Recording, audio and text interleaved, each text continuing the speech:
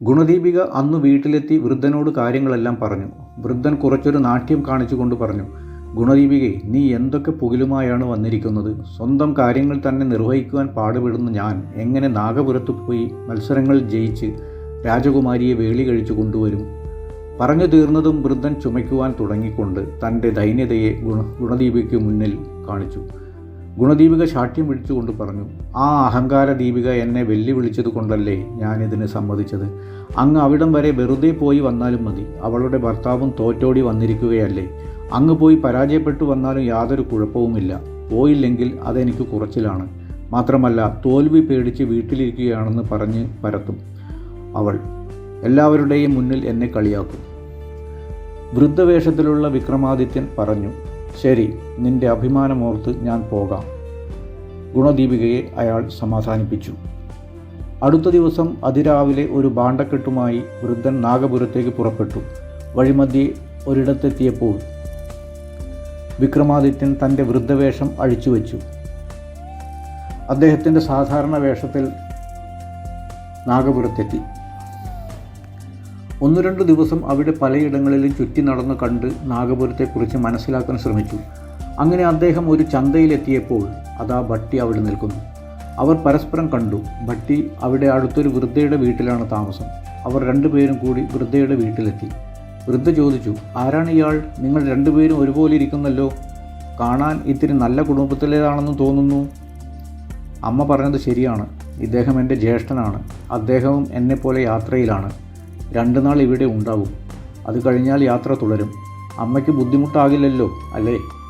ഓ, എനിക്കെന്ത് ബുദ്ധിമുട്ട്?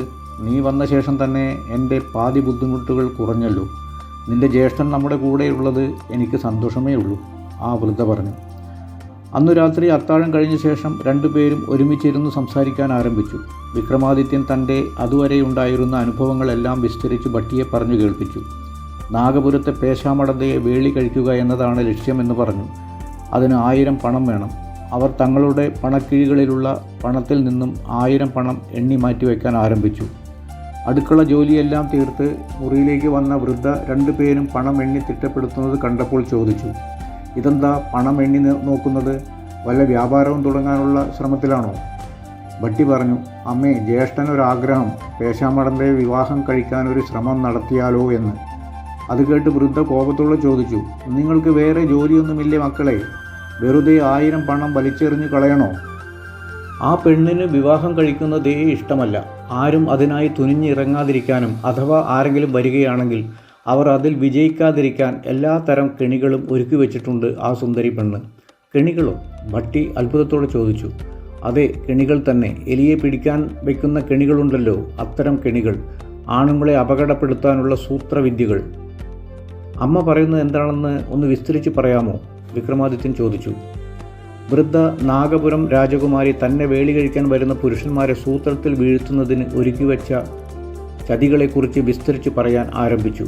ഭട്ടിയും വിക്രമാദിത്യനും അത് ശ്രദ്ധപൂർവ്വം കേട്ടിരുന്നു. പേശാമടന്തയെ വിവാഹാലോചനയുമായി ചെല്ലുന്നവർക്ക് അവളുടെ അടുക്കൽ എത്തുന്നതിന് മുമ്പ് കുറേ കടമ്പകൾ കടക്കേണ്ടതായിട്ടുണ്ട്. ഒന്നാമതായി 1000 പണം കന്യാദാനം കൊടുക്കണം. അത് കഴിഞ്ഞാൽ അവർ 2 പാത്രങ്ങളിലായി ഒന്നിൽ വെന്ത ചോറും മറ്റൊന്നിൽ വേകാത്ത ചോറും തരും. അതിൻ്റെ കൂടെ ഒരു തൊലി കളഞ്ഞ പഴവും ഒരു തൊലി കളയാത്ത പഴവും തരും. അതെല്ലാം ഭക്ഷിക്കണം. അത് കഴിഞ്ഞാൽ അവർ വാതിൽ തുറന്ന് അടുത്ത ഒരു ഇരുണ്ട മുറിയിലേക്ക് കയറ്റിവിടും. അവിടെ 3 സാലമഞ്ചികകൾ ബലമായി പിടിച്ചിരുത്തി തലമുണ്ടനം ചെയ്ത ശേഷം പുറത്തേക്കെറിയും. അതോടെ പോയ പുരുഷന്മാരെല്ലാം മൊട്ടത്തലയായി തിരിച്ചു പോകാറാണ് പതിവ്. ഇനി ആ പ്രതിമകളിൽ നിന്ന് രക്ഷപ്പെട്ടെന്നിരിക്കട്ടെ, അടുത്ത വാതിൽ തുറന്നു കയറുന്നത് 2 മല്ലന്മാരുടെ മുമ്പിലേക്കാണ്. അവർ നിങ്ങളെ കാത്തിരിക്കുകയാണ്, ഇടിച്ച് ചമ്മന്തി പരുവത്തിലാക്കാൻ. ഇനി മല്ലന്മാരെ തോൽപ്പിച്ചാലോ? പിന്നെയുമുണ്ട് കുഴപ്പങ്ങൾ. അടുത്ത വാതിൽ തുറന്നാൽ അവിടെ ഒരു കൂറ്റൻ കരിങ്കുരങ്ങുണ്ട്. 5-ാമത്തെ വാതിലിനപ്പുറം കരിമ്പുലി. 6-ാം വാതിൽ കടന്നാൽ മതയാന നിങ്ങളെ സ്വീകരിക്കും. 7-ാമത്തെ വാതിൽ തുറന്നാൽ കാണുന്നത് പാതാളത്തോളം ആഴമുള്ള ഒരു കിണറാണ്.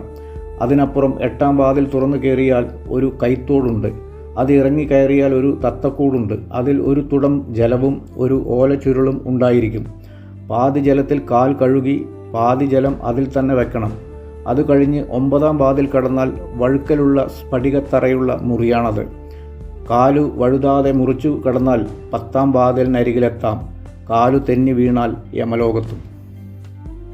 10-ാം വാതിലിനപ്പുറം 1000 കാൽ മണ്ഡപവും കൂരിരുട്ടുമാണ്. ആ ഇരുളിൽ നടക്കുമ്പോൾ ഒരു തൂണിലും തലയടിക്കരുത്. തലയടിക്കുകയാണെങ്കിൽ അവിടെ തന്നെ വീണു മരിക്കും. ഈ കടമ്പകളൊക്കെ കടന്നു ചെന്നാൽ പേശാമടന്തയുടെ അന്തപുരമായി. നവരത്നഖചിതമായ മണ്ഡപവും നടുവിൽ പഞ്ചലോഹ കട്ടിലുമുണ്ട്. വലിയൊരു ശരറാന്തലും ചുറ്റിനും 1000 ചെറിയ ശരറാന്തൽ വിളക്കുകളും എരിയുന്നുണ്ടായിരിക്കും.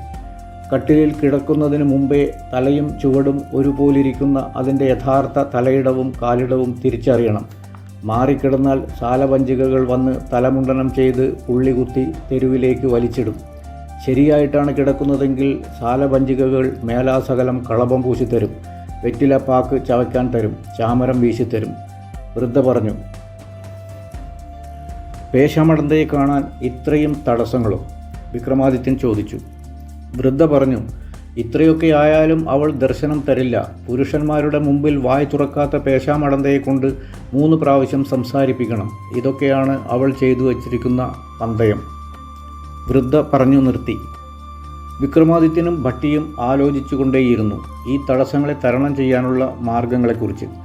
ചിന്തിച്ച് ഏറെ വൈകിപ്പോയി ഉറങ്ങുമ്പോൾ. അതിസാഹസികമായി സമീപിക്കേണ്ട ഈ തടസ്സങ്ങളെ വിജയിക്കണമെങ്കിൽ തക്കതായ ആസൂത്രണങ്ങളുടെ ആവശ്യമുണ്ട്. പിറ്റേന്ന് തന്നെ വിക്രമാദിത്യനും ഭട്ടിയും നാഗപുരം രാജാവിൻ്റെ കൊട്ടാരത്തിന് മുമ്പിലെത്തി. അദൃശ്യനായിക്കൊണ്ട് വേതാളവും അവരുടെ കൂടെ ഉണ്ടായിരുന്നു. ഒരു സേവകൻ വന്ന് അവരെ കണക്കുപിള്ളയുടെ അടുത്തേക്ക് കൊണ്ടുപോയി. ആഗമനോദ്ദേശം പറഞ്ഞപ്പോൾ ആ മനുഷ്യൻ 1000 പണം കൊണ്ടുവന്നിട്ടുണ്ടോ എന്ന് ചോദിച്ചു. ഭട്ടി കയ്യിലുണ്ടായിരുന്ന പണം അയാൾക്ക് നേരെ നീട്ടി. അയാൾ അത് എണ്ണി തിട്ടപ്പെടുത്തി കഴിഞ്ഞപ്പോൾ ഒരു തടിയൻ 2 തളികകളിൽ ഭക്ഷണം കൊണ്ടുവന്ന് വെച്ചിട്ട് അവിടെ നിന്നും തിരിച്ചുപോയി. വെന്ത ചോറും വേകാത്ത ചോറും തൊലി കളഞ്ഞ പഴവും തൊലി കളയാത്ത പഴവുമായിരുന്നു അവയിലുണ്ടായിരുന്നത്. വിക്രമാദിത്യൻ വെന്ത ചോറും തൊലി കളഞ്ഞ പഴവും കഴിച്ചു. വേകാത്ത ചോറും തൊലിയുള്ള പഴവും ഭട്ടി കയ്യിലെടുത്തു. ഭക്ഷണത്തിന് ശേഷം വിക്രമാദിത്യൻ കണക്കുപിള്ളയോട് ചോദിച്ചു, ഇനി എന്താണ് ചെയ്യേണ്ടത്? ആ കാണുന്ന വാതിൽ തുറന്ന് അകത്തേക്ക് പോയിക്കൊള്ളൂ. അയാൾ കൈ ചൂണ്ടി പറഞ്ഞു. വിക്രമാദിത്യൻ വാതിൽ തുറക്കാൻ ശ്രമിച്ചുകൊണ്ട് അതിന് കഴിയാത്തതായി അഭിനയിച്ചു. വാതിൽ തുറക്കാൻ പറ്റുന്നില്ലല്ലോ, ഇതൊന്ന് തുറന്നു തരുമോ? ഉടനെ കണക്കുപിള്ള മുന്നോട്ട് വന്ന് വാതിൽ തള്ളി തുറന്നു. അകത്ത് മുഴുവൻ ഇരുട്ടായിരുന്നു. ഒന്നും കാണാൻ കഴിയുന്നുണ്ടായിരുന്നില്ല. കടന്നു ചെല്ലടോ വേഗം, അയാൾ ഒരു ഉച്ചച്ചിരിയോടെ പറഞ്ഞു. അടുത്ത നിമിഷം പിന്നിലുണ്ടായിരുന്ന ഭട്ടി കണക്കുപിള്ളയെ ആഞ്ഞൊരു തള്ളുകൊടുക്കുകയും അയാൾ ഒരു ആർത്തനാദത്തോടെ മുറിയിലേക്ക് വീഴുകയും ചെയ്തു. ഉടനെ തന്നെ ആ 3 സാലപഞ്ചികകൾ അയാളെ പിടികൂടി തലമുണ്ടനം ചെയ്യാൻ ആരംഭിച്ചു.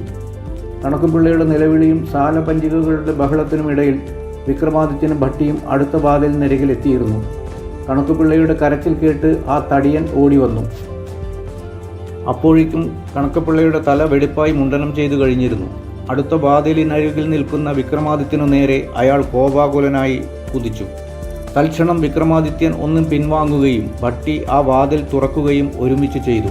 തടിയൻ്റെ കുതിപ്പിൻ്റെ വേഗത കാരണം നേരെ ചെന്നു കയറിയത് അടുത്ത മുറിയിൽ കാത്തുനിന്നിരുന്ന മല്ലന്മാരുടെ മുന്നിലേക്കാണ്. മല്ലന്മാർ തടിയനെ ശരിക്കും പെരുമാറിക്കൊണ്ടിരുന്നു. ഇതിനിടെ 2 പേരും ക്ഷണത്തിൽ 3-ാം വാതിലിനടുത്തെത്തുകയും അത് തുറന്നു നോക്കിയപ്പോൾ ഉള്ളിലൊരു ഭീമാകാരനായ കരിങ്കുരങ്ങ് പല്ലിളിച്ച് നിൽക്കുന്നുണ്ടായിരുന്നു. ഒരു നിമിഷം 2 പേരും ഇളകാതെ നിന്നു. ആ കരിങ്കുരങ്ങും ഇളകുന്നുണ്ടായിരുന്നില്ല. ഭട്ടി തൻ്റെ കയ്യിലുണ്ടായിരുന്ന തൊലി കളയാത്ത പഴം അതിൻ്റെ നേർക്കെറിഞ്ഞു. കരിങ്കുരങ്ങിന് യാതൊരനക്കവും ഉണ്ടായിരുന്നില്ല. അതൊരു പ്രതിമയാണെന്ന് മനസ്സിലായി. ഉടനെ തന്നെ വേതാളം ഒറ്റയടിക്ക് ആ പ്രതിമ തവിടുപൊടിയാക്കി മുറിയിൽ ചിതറിക്കിടന്നു. 5-ാം വാതിൽ തുറന്ന് മുറിയിൽ പ്രവേശിച്ച അവർ മുന്നോട്ട് ചാടാൻ തുനിഞ്ഞു നിൽക്കുന്ന കരിമ്പുലിയെ കണ്ടു. വിക്രമാദിത്യൻ വാളെടുക്കാൻ തുനിഞ്ഞെങ്കിലും ഭട്ടി തടഞ്ഞു. കാരണം ആ പുലിയും അനങ്ങുന്നുണ്ടായിരുന്നില്ല. അതിനെയും വേതാളം തകർത്തു.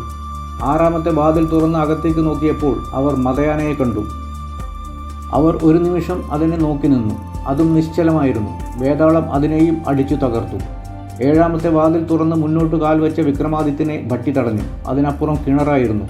ഇരുട്ടിലൊന്നും ദൃശ്യമല്ല. അതിൻ്റെ ആഴം എത്രയുണ്ടെന്ന് അറിയാൻ വേണ്ടി ഭട്ടി തൻ്റെ കൈവശമുണ്ടായിരുന്ന ഒരു ലോഹ കഷ്ണം കിണറ്റിലേക്കിട്ടു. ഉടനെ കിണറ്റിനുള്ളിൽ നിന്നും ഒരു പലക അപ്രതീക്ഷിതമായി മുകളിലേക്ക് ഉയർന്നു.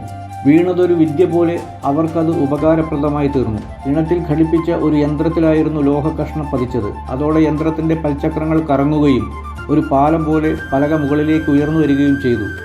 ഉയർന്നു വന്ന പലകയുടെ ബലം പരിശോധിച്ച ശേഷം വിക്രമാദിത്യൻ കിണർ അപ്പുറം കടന്നു. പിന്നാലെ ഭട്ടിയും. 8ാമത്തെ വാതിലിന് മുമ്പിലെത്തിയപ്പോൾ ഭട്ടി പറഞ്ഞു, തോട്ടിലിറങ്ങിക്കഴിഞ്ഞാൽ കാലിൽ ചെളി പറ്റും. അത് തത്തക്കൂട്ടിലിരിക്കുന്ന ഒരു തുളം വെള്ളത്തിൽ പാതി കൊണ്ട് കഴുകണം. പാതി ജലം അതിൽ തന്നെ വെക്കണം. ഞാൻ വേതാളത്തിൻ്റെ പുറത്തേറി തോട് മുറിച്ച് കടക്കാം. തോട്ടിൽ അധികം വെള്ളമുണ്ടായിരുന്നില്ല. വിക്രമാദിത്യൻ തോട് മുറിച്ച് കടന്നു കയറി. വിക്രമാദിത്യൻ്റെ കാലിൽ പറ്റിയ ചെളി ഭട്ടി തൻ്റെ ഉത്തരീയം കൊണ്ട് തുളച്ചു. പിന്നെ തത്തക്കൂട്ടിലുണ്ടായിരുന്ന വെള്ളത്തിൻ്റെ പാതി കൊണ്ട് കഴുകി. ഓലച്ചുരുൾ കൊണ്ട് കാൽപാദങ്ങൾ തുടച്ച് വൃത്തിയാക്കി. 9ാമത്തെ വാതിൽ തുറന്ന് അകത്തുള്ള സ്ഫടികത്തറയിൽ കാൽ വെച്ച് നോക്കിയപ്പോൾ വിക്രമാദിത്യന് മനസ്സിലായി, വലിയ വഴുക്കലാണ്, കാൽ ഉറപ്പിക്കാൻ കഴിയുന്നില്ല. ഭട്ടി പറഞ്ഞു, നിൽക്കൂ, നമുക്ക് വേതാളത്തെ കൊണ്ട് കുറച്ച് മെഴുക് വരുത്തിക്കാം. വേതാളത്തിന് ആജ്ഞ കിട്ടിയ ഉടൻ തന്നെ ഒരു കാറ്റിൻ്റെ വേഗതയിൽ പുറത്തേക്ക് പോയി. ഒട്ടും വൈകാതെ തന്നെ മെഴുകും കൊണ്ടുവന്നു. മെഴുക് കാൽപാദങ്ങളിൽ ഒട്ടിച്ചുകൊണ്ട് അവർ സ്ഫടികത്തറയിലൂടെ നടന്നു. വളരെ ആയാസപ്പെട്ടാണെങ്കിലും അവർ ഒരു വിധത്തിൽ അടുത്ത വാതിൽക്കലെത്തിച്ചേർന്നു. 10ാമത്തെ ആ വാതിൽ തുറന്നപ്പോൾ അവർക്ക് കാണാനായത് കൂരിരുട്ട് മാത്രമാണ്. കൂരിരുട്ടിൻ്റെ മറയിൽ മറഞ്ഞിരിക്കുന്നത് 1000 കാൽ മണ്ഡപമാണ്. നിറയെ തൂണുകളുള്ള ഇരുൾ മണ്ഡപം. എവിടെയൊക്കെയാണ് തൂണുകൾ ഉള്ളതെന്നറിയാൻ കഴിയാത്ത അത്രയും ഇരുട്ടാണ്. ഭട്ടി ഉടനെ ഒരു വലിയ വണ്ടിൻ്റെ രൂപമെടുത്തു. പിന്നെ വേതാളത്തിൻ്റെ പുറത്തു കയറി മുന്നോട്ട് നീങ്ങുമ്പോൾ വണ്ട് മൂളിക്കൊണ്ടേയിരുന്നു. ആ മൂളൽ കേട്ട ദിക്ക് നോക്കി വിക്രമാദിത്യൻ നടന്നു. ഒരു തൂണിലും മുട്ടാതെ മറുപുറം എത്തി.